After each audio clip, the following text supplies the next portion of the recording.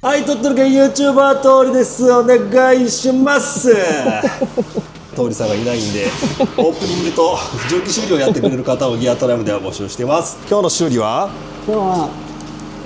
バケットの割れこここら辺今割れてるんですけど、はい、見てもらったら分かると思うんですけど、ここ今割れてるんです。はいはい、ひびが入ってますね。はい、これを修理していきたいと思います。はい、溶接するっていうことですかね。これを一回ガウジングって言って、はい、この鉄をパツリ取るんですよ。パツリ取ってその後溶接で埋めていく感じです。ここも全部割れてます。結構奥の方までひびがいってるんですかね、これ。出ますね。ここも3箇所。3箇所。この後、はい、埋めた後に補強のリブ入れて。補強ね、はい、また同じとこが割れてくるから補強するみたいなことですかね。はい、入れて4箇所補強してやっていきたいと思います。この棒が溶けるんですか？棒でこの鉄を溶かして、でエアーで飛ばす。ああ、なるほど。溶かすと同時に飛ばす。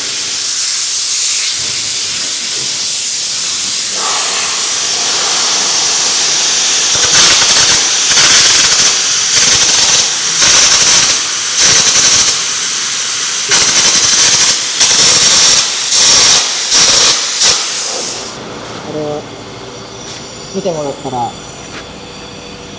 ずーっと線が真ん中に入ってるので、これがひびですね。割れてます。ここが中から全部割れて、奥の方まで目に見えてなかったところまで行ってるんですね。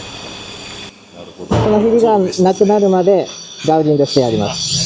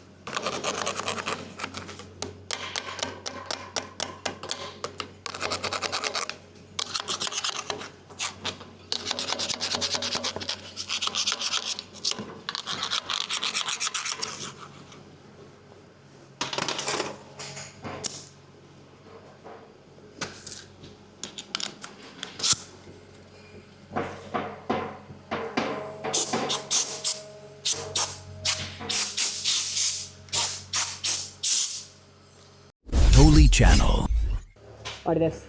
完成ですか？はい。しっかり補強もできて、使っても大丈夫そうですね。だと思います。多分折れないと思います。強そうになりました。じゃあ今日は BGM なしで、はい、お願いします。純粋に機械音だけで編集でごまかしてください。はい喋れないんで。楽しんでいただきましょはい、お願いします。う。はい、ありがとうございます。火やとら